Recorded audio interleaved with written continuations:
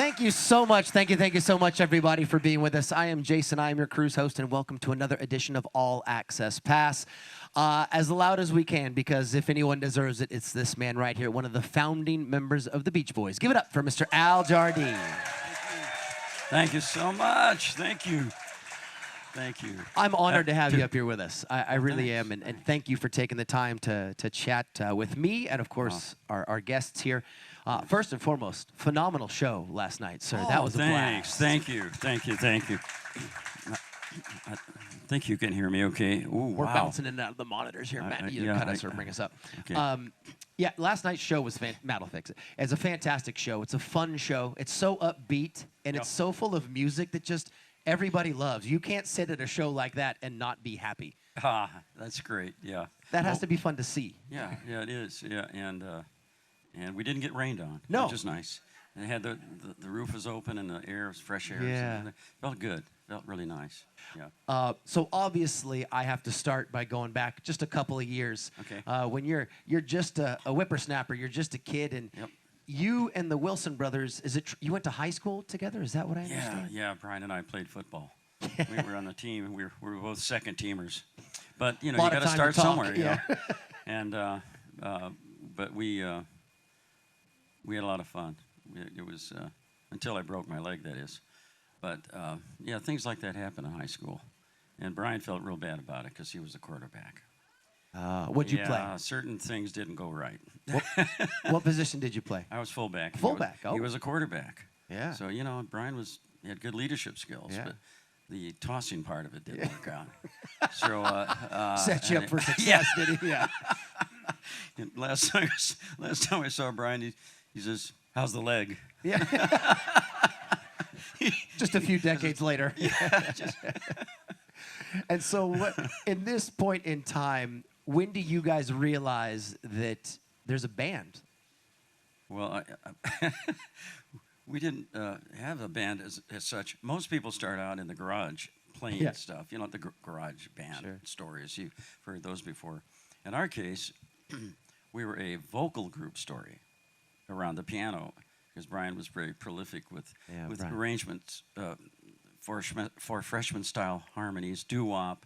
We loved all those early rock and roll things and that came out of the big band era, and turned into rock and roll. It was but in his case, it was more about harmony and for freshman style harmonies. And so we met after high school. We graduated, and we went to the same college together called El Camino College in Los Angeles. And then I said, "Hey, Brian, we ought to do something together. We ought to, whatever." I was a folk singer. Had a band called, the Islanders. The Islanders, perfect. The Islanders, a Kingston Trio knockoff, which we learned all those beautiful folk harmonies. And I thought I was pretty good at harmonizing, and I knew Brian was, because I saw him at an assembly meeting at the high school with his band consisting of Carl Wilson, his 12-year-old brother Carl. Yeah. Little Carl. Came to the assembly because someone got sick, and he replaced that person. Brian had his own little group, and Mike Love's sister Maureen was also in that group. Interestingly enough, just a family affair. Family affair, but not Mike. He already graduated. He was already pumping gas. As you do. We were just trying to move on to the next level. But he was already graduated, but from a different high school. But when so I said, "Brian, we've got to get together." He says, "Well, let me introduce you to my family, and my cousin, and let's get together at my place." So we hung out around the piano and did for freshman harmonies until Dennis came home one day with an idea. He said, "Why don't you guys write a song about surfing?" Because it's just that easy. That's what he did. He was a surfer. He was a professional, surfer. I mean, he just knew all the names of the places, the spots to surf. Sure. And so Mike and Brian kind of took hold of the idea, and we came up with this little 3-chord thing about surfing. There's so much for the 4 freshmen, the Kingston Trio. Yeah. All that was wiped out, and we became a surfing band. And I had to rent the equipment for the band, actually, because we didn't have a band. Carl was the only one who played anything. He played a little guitar, acoustic guitar. Brian played the piano. So I had to rent the rest of the stuff: a bass, guitar, actually a stand-up bass. Stand-up bass, yeah, that was big old boom, yeah, oh, yeah. you know, like in the jazz groups, and a drum. I rented a snare drum. I'm not sure. We didn't even have a drummer, of course, because Dennis hadn't learned to play drums yet. Just sat back there empty. And it was weird. I mean, when you think about it, yeah, just talking about it, it's kind of fascinating. So we, yeah, so Brian became the quote the elected drummer. Yeah. We didn't use a piano. Whether he liked it or not, yeah. Yeah, we didn't use a piano on the recording because who's going to lug a piano over to this? We had never recorded anything before, so he played the drum with his index finger because I forgot to rent the sticks. I know. Yeah, wild. I had not a clue because I was a folk singer. Do you know need about sticks? drums. Nah, we're good. But I had an instinct for it. Let's put it that way. Yeah. So, long story short, Dennis, pardon me, Dennis didn't have anything really other than to harmonize a little bit with us, but he wasn't a natural singer at the time. So he said, Dennis, you're going to be the drummer. And sure enough, he picked up Fender guitars and bass and stuff like that came in a little bit later, and he learned to play the drums. And did That's a pretty amazing. darn good job. Yeah. That's kind of like Mickey Dolenz and the Monkees. It's the same thing, right? They doesn't know how to play, and then they decide they're going to be a band, and, well, you better learn. Yeah. We need you. Exactly, yeah. Well, we had some pretty good songwriting, so that's the main thing, and good singers. Yeah. Doesn't hurt, but you have to have a band. So we became the band also. And when did the name the Beach Boys come to be?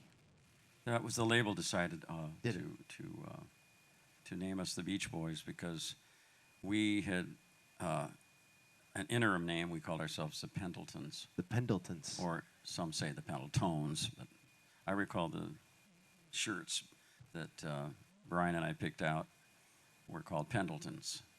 And so that was what we decided on. And we didn't, it sounded pretty bad, actually, I guess. Yeah. And so the label came out with this. They wanted us to be called the Surfers. But there was a band in Hawaii already by that name. The Surfers. So that was not a no-go. And so when the single finally came out, we only knew what it was to be called, what we were to be called by the label. They chose the Beach Boys. And that's history. That was it. It's amazing how it comes to be like that, right? And here we are, some couple of decades later, and now it's one of the most iconic names in musical history. Yeah. It's crazy how sometimes it comes from the simple beginnings. Yeah. You know. Yeah. When did you guys have the inkling that it was more than just a garage band? It was more than just a bunch of guys getting together and having fun. When did you realize that there was a career there? Well, when the single was released in California anyway, it went right into the top 10. Yeah. So that was pretty good inkling. Yeah. Right there. A dead giveaway. That we were going to have some success.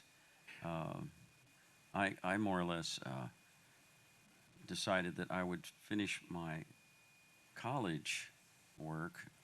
Brian dropped out. I stayed in for another year, and I literally took a hiatus from the band for about 13 months or so, 12 months, and came back in to join the recording team. And so that was kind of interesting. And a kid named David Marks, who lived next door, took my place until that happened. But there's been a lot of changes, intergroup changes. You guys have had a few lineups over the years and a few versions of traveling out there. But that became a career for them instantly. That was an instant career there. I was thinking of a career in dentistry. Of all things, or medicine. Yeah, I was in pre-dental medical, and I didn't quite think that singing other people's songs would be because when you have a hit record and you're asked to play, you also have to know other songs. Sure. Yeah. And not just your one. We had to learn a lot of different songs that had nothing to do with either surfing or for freshmen or the folk singing stuff. So it wasn't very interesting to me. So I didn't think of it as a career. Sure.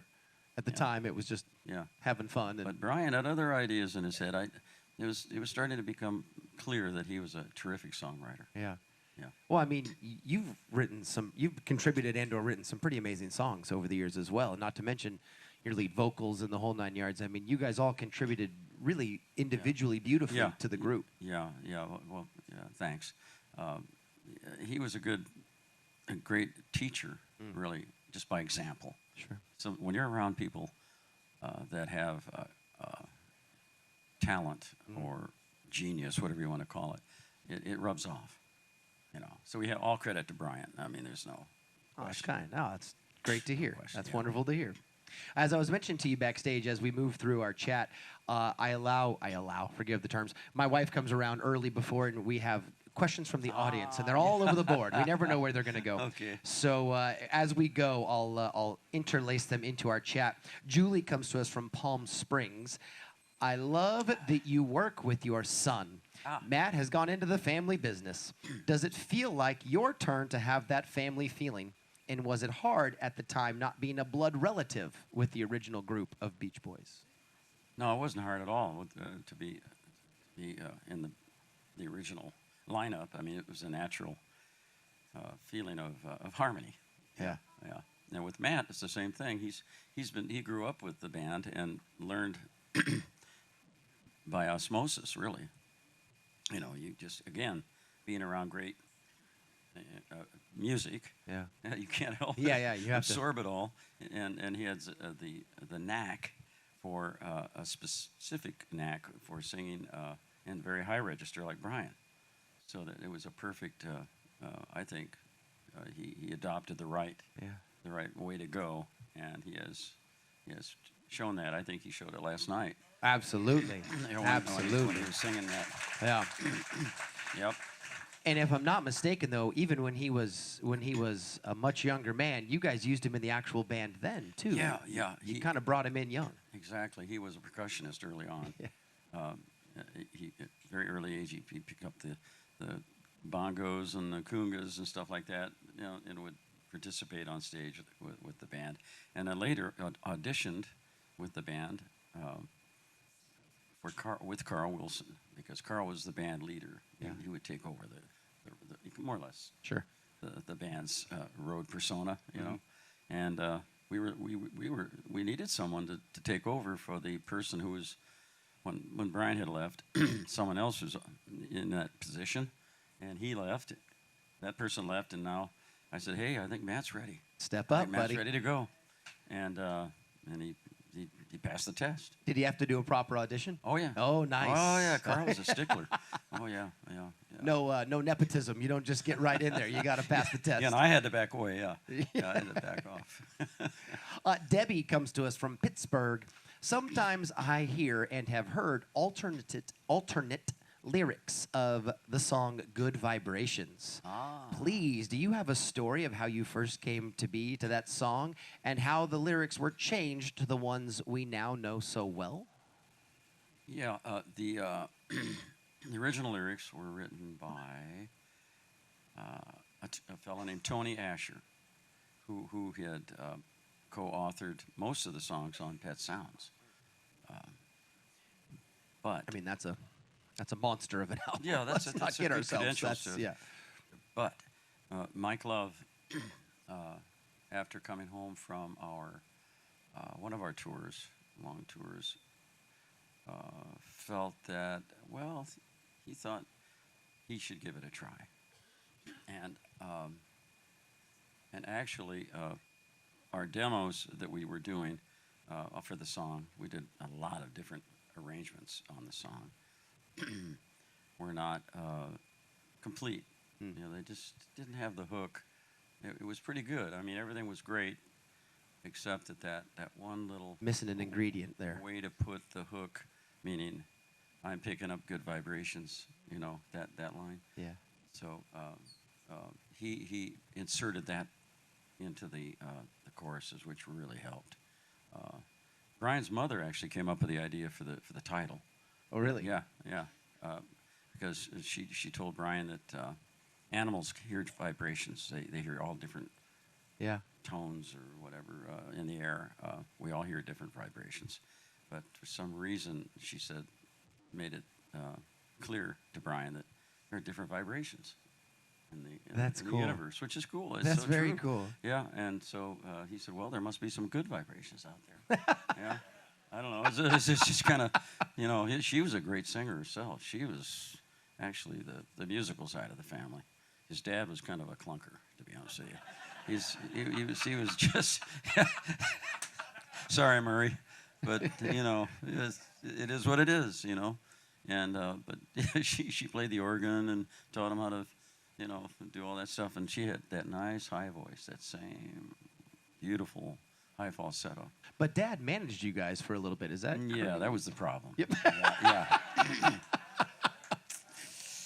That was serious. Fair enough. Yeah, Fair enough. But, that's, anyway, that's so much for good vibrations.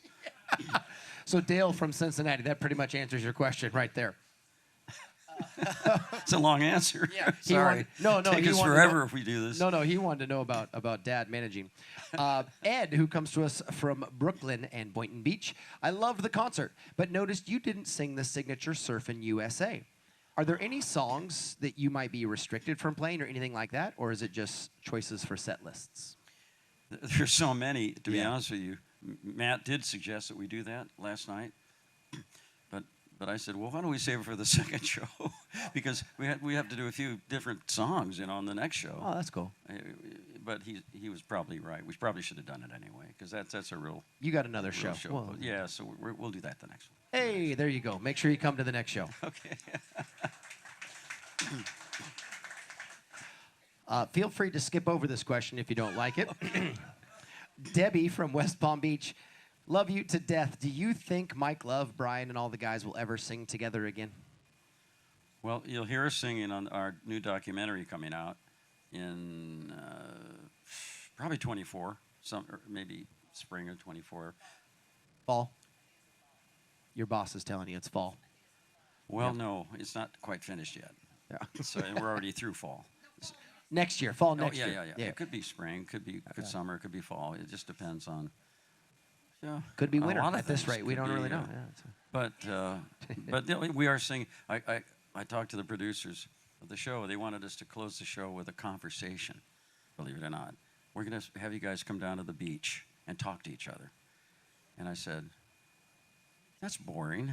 That's not going to work.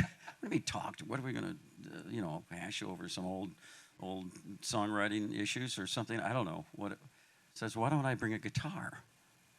To the beach of all places. There's a place called Paradise Cove in California where the first album cover was shot, and I thought it would be cool if we sat around in a circle, and sand and have a bonfire. I don't know, a little fire or something. And they said, well, okay, I'll tell you what, we'll have a guitar. Well, what kind of guitar would you like? Or something like that. And I said, well, we'll see if it happens, great. If not, big deal. It turned out to be the best part of the whole darn thing, obviously, because that's what we do. We sing, we don't talk. Yeah. Unless, like me, talk forever. I could talk forever about stuff. But although Mike could actually beat me at that. He's the real talker. Right. But he likes a story. Yeah, he loves to reminisce. But we reminisced by singing our songs a cappella with an acoustic guitar. In fact, interestingly enough, it was Jimmy Buffett's guitar. Oh, wow. One of his guitars, that he had given the producer after they did a show or two, possibly a documentary on his life. And so that was kind of interesting, too. But so we sang. We just kicked around a few songs, fun.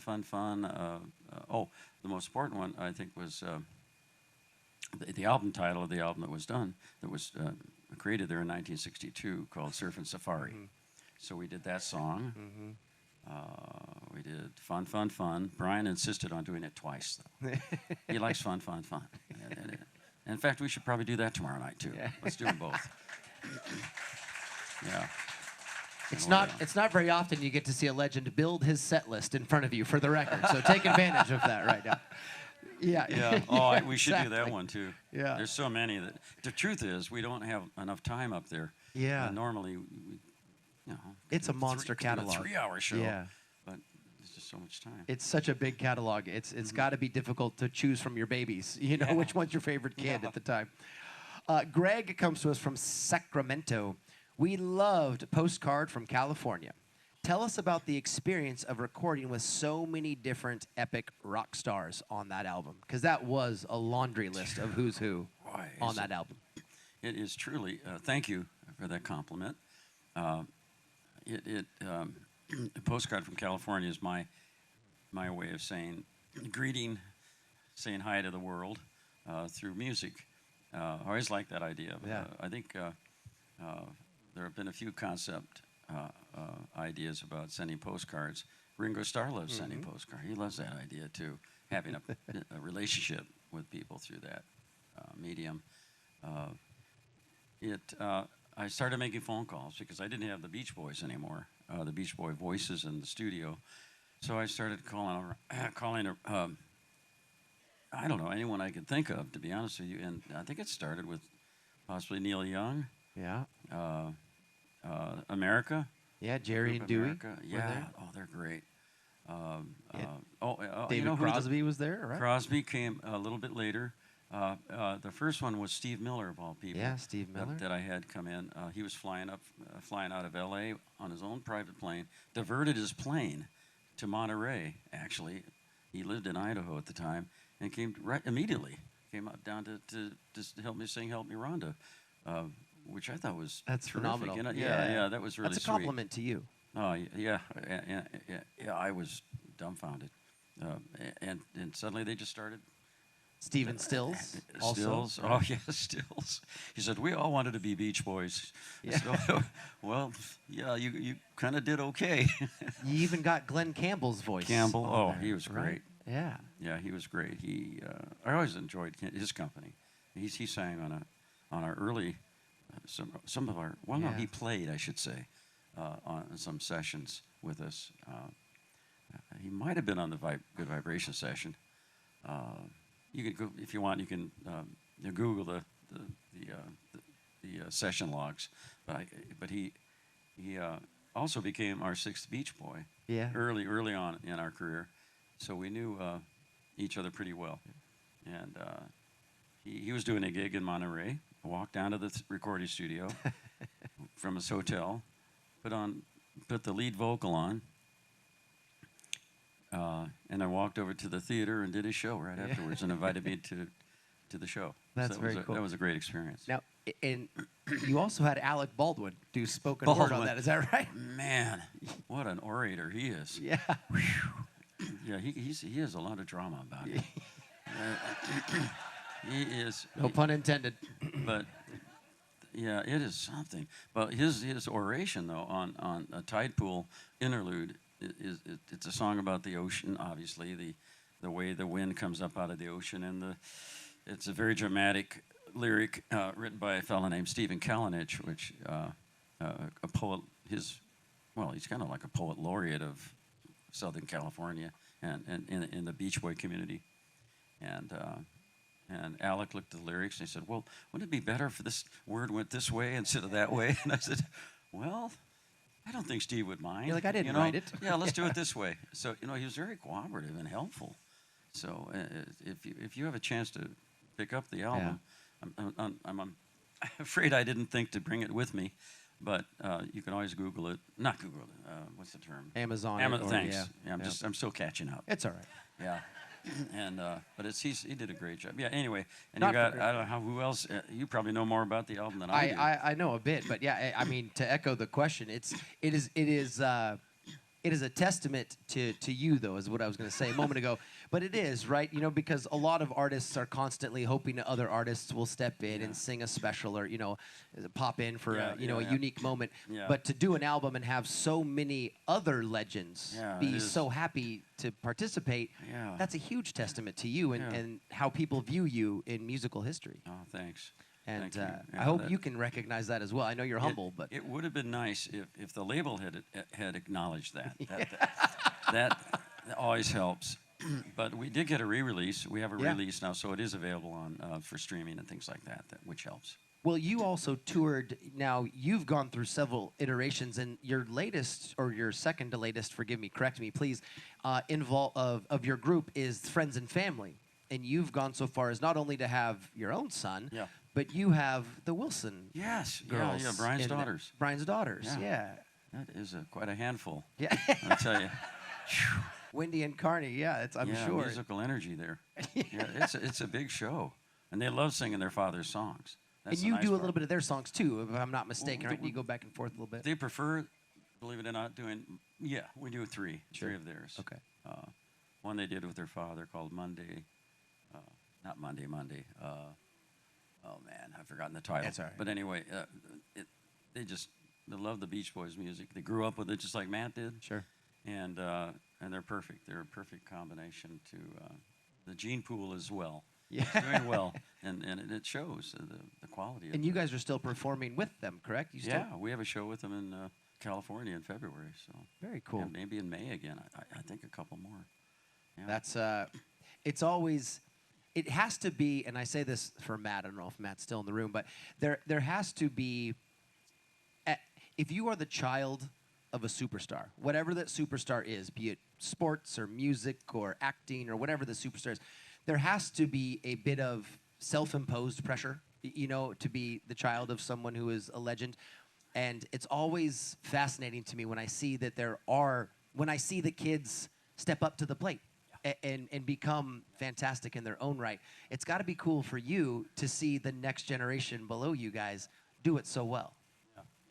It's truly a lot of pressure. But if the talent's there, like with Matthew and his brother Adam and Carney and Wendy, you got the makings. You got it. Yeah, they should have a group together. I mean, I see something there. Jerry is from Oroville. He said, "Where exactly is Kokomo?" It's a fellow named John Phillips. Fellow named John. John Phillips of the Mamas and Papas wrote the original schematic for it. What do you call it? Template. Didn't have a chorus though. So Kokomo was to answer the question. Kokomo was a fictional place somewhere in this area, I guess. Unless you want to go to Indiana. And I guess yeah. Actually, there was another Kokomo written. We just heard it the other night somewhere I think on this ship. I don't know, somewhere. The original. Did they play the original? I think so. I know that. That it must have been written in the 40s. Had to have been. 1940s or 50s. Makes sense. And but this was John Phillips' Kokomo, and it took us away to Aruba, Jamaica,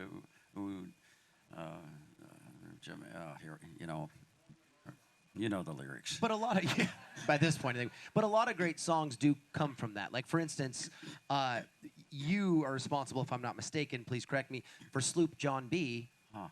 Becoming a Beach Boys song. I know. Yeah. That was the first. In fact, that was the reason I thought we were going to get together with Brian and the guys. Originally was to do that song.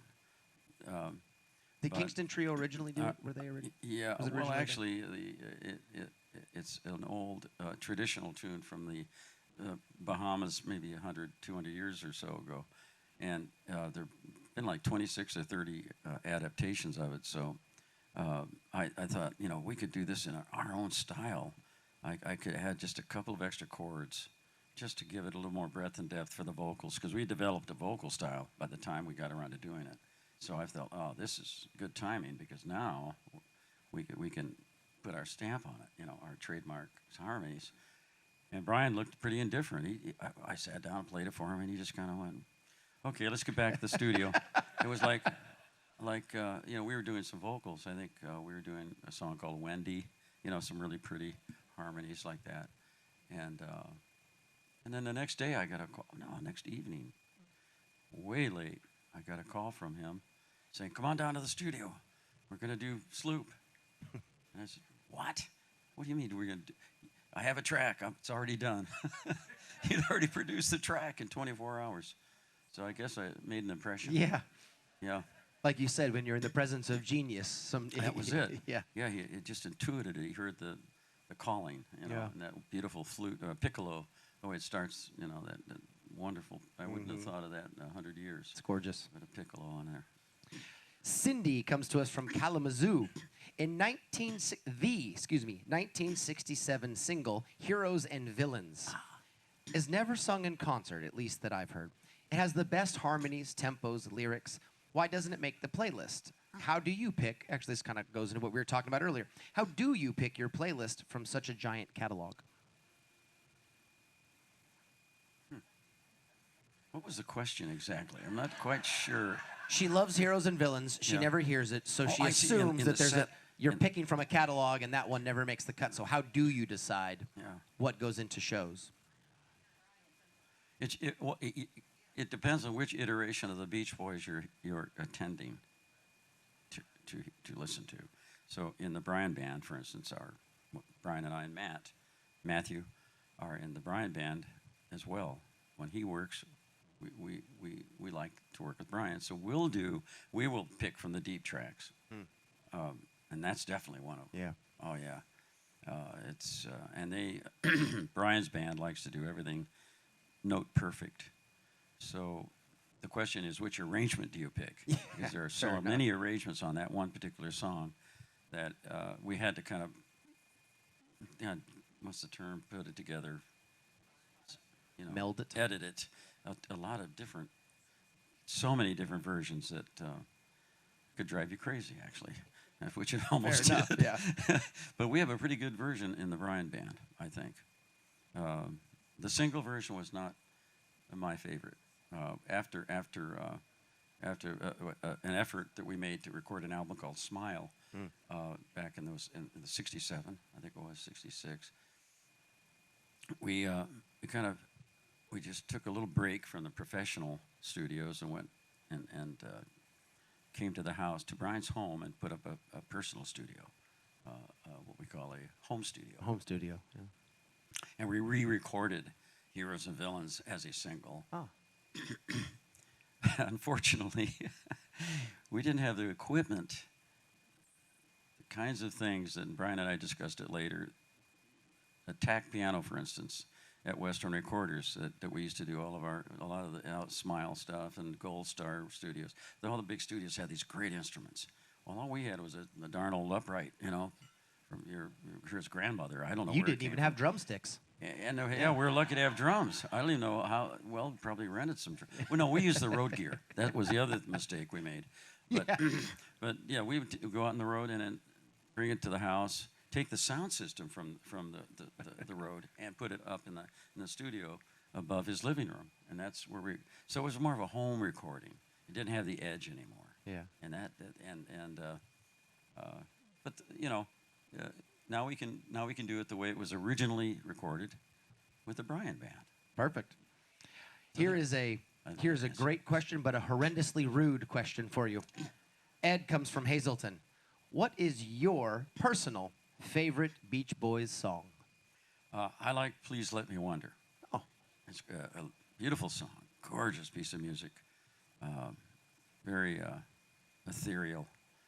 Very packed, five-part harmony, probably, when I think about it. Maybe 6, I don't know. There's so many overdubs that you lose count. Counterpart, a lot of counterpart in there. Beautiful, gorgeous melody. I recommend that to anyone who wants to mellow out. love that. The what's that? The vegetable song? Oh, that's the craziest little tune I ever. We do that. I do that with my little trio. I have also a trio I go out with occasionally with Matt and Debbie. Debbie Sherers are my keyboardist on the band, with the band, and we'll do vegetables because it's so corny.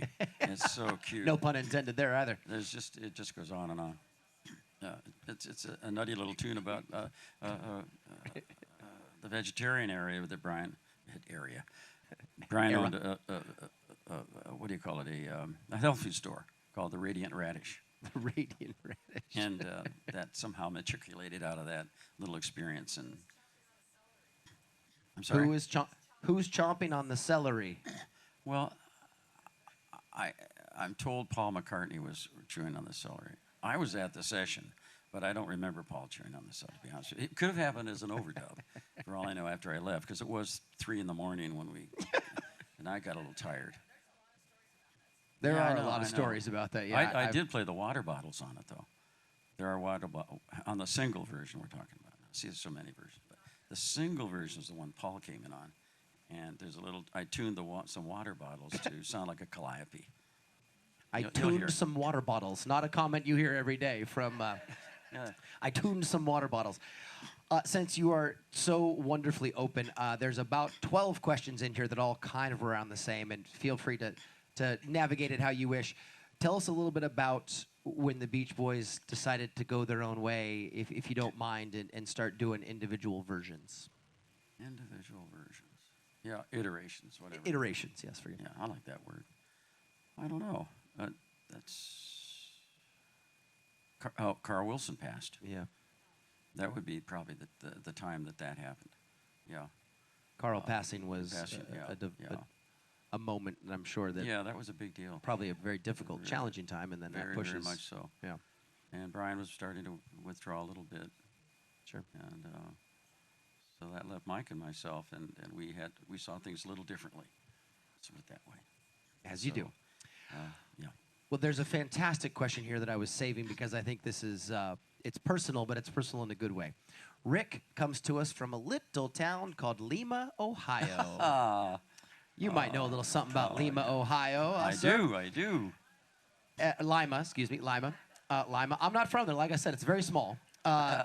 Lima, forgive me, sir. Rick says, I lived at 955 West Wayne Street in Lima. He didn't live in Lima. He lived in Lima. Okay. You might not be familiar with Lima. It's one town over. He lived there from 1949 to 1955. What are your memories of Lima besides the Kewpie or Eldora Dairy? Wow. I went back there recently, this year actually, for to endorse. No, not endorse. What's the term? To open an outdoor seating facility. Yeah, and we played our set there, and then afterwards we went to the Kewpie for a hamburger. Little throwback. Wow. Yeah, apparently this place has been there since 1922. And That's some staying power. that's it. Yeah, it was awesome. And that's my answer. The Kewpie.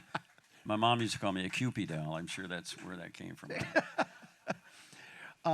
You have been fantastic. And again, thank you so much for joining us. Before I let you go, what was your impression of coming on board the Malt Shop Cruise and stepping up there last night to perform for that crowd that was so fantastic and hungry to see you? What did you get from the Malt Shop crowd last night? Wow, it was great. Yes, it is our first cruise. Yeah. And Malt Shop Cruise. Malt Shop, first cruise Yeah, of this. yeah. And by the way, where are the malts? This is a question I wanted to know. Listen, Is there a chocolate malt on this cruise?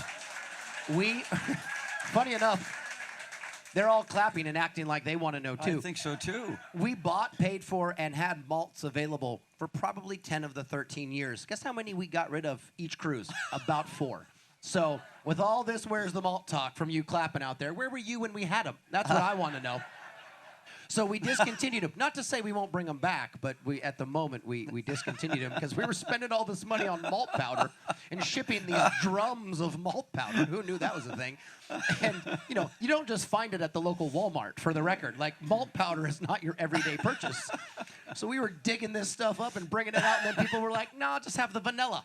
I'm like, all right, whatever. Well, we'll have to settle for the soft freeze. Yeah, exactly. That's pretty good too. Yeah, and no, it's Pretty not good bad too. at all. But did you get what you hoped and expected from the Malt Shop crowd I last sure did. night? Yeah, a lot of it. A lot of approval. Thank you very That's much. wonderful. Thanks a lot. Well, I, for one, truly do appreciate you not only coming up here to spend some time with us, but being on board. I know we've chased you for a little bit, and it's great to have you on board this ship and as a part of this cruise.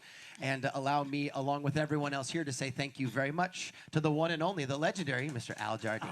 Thank you.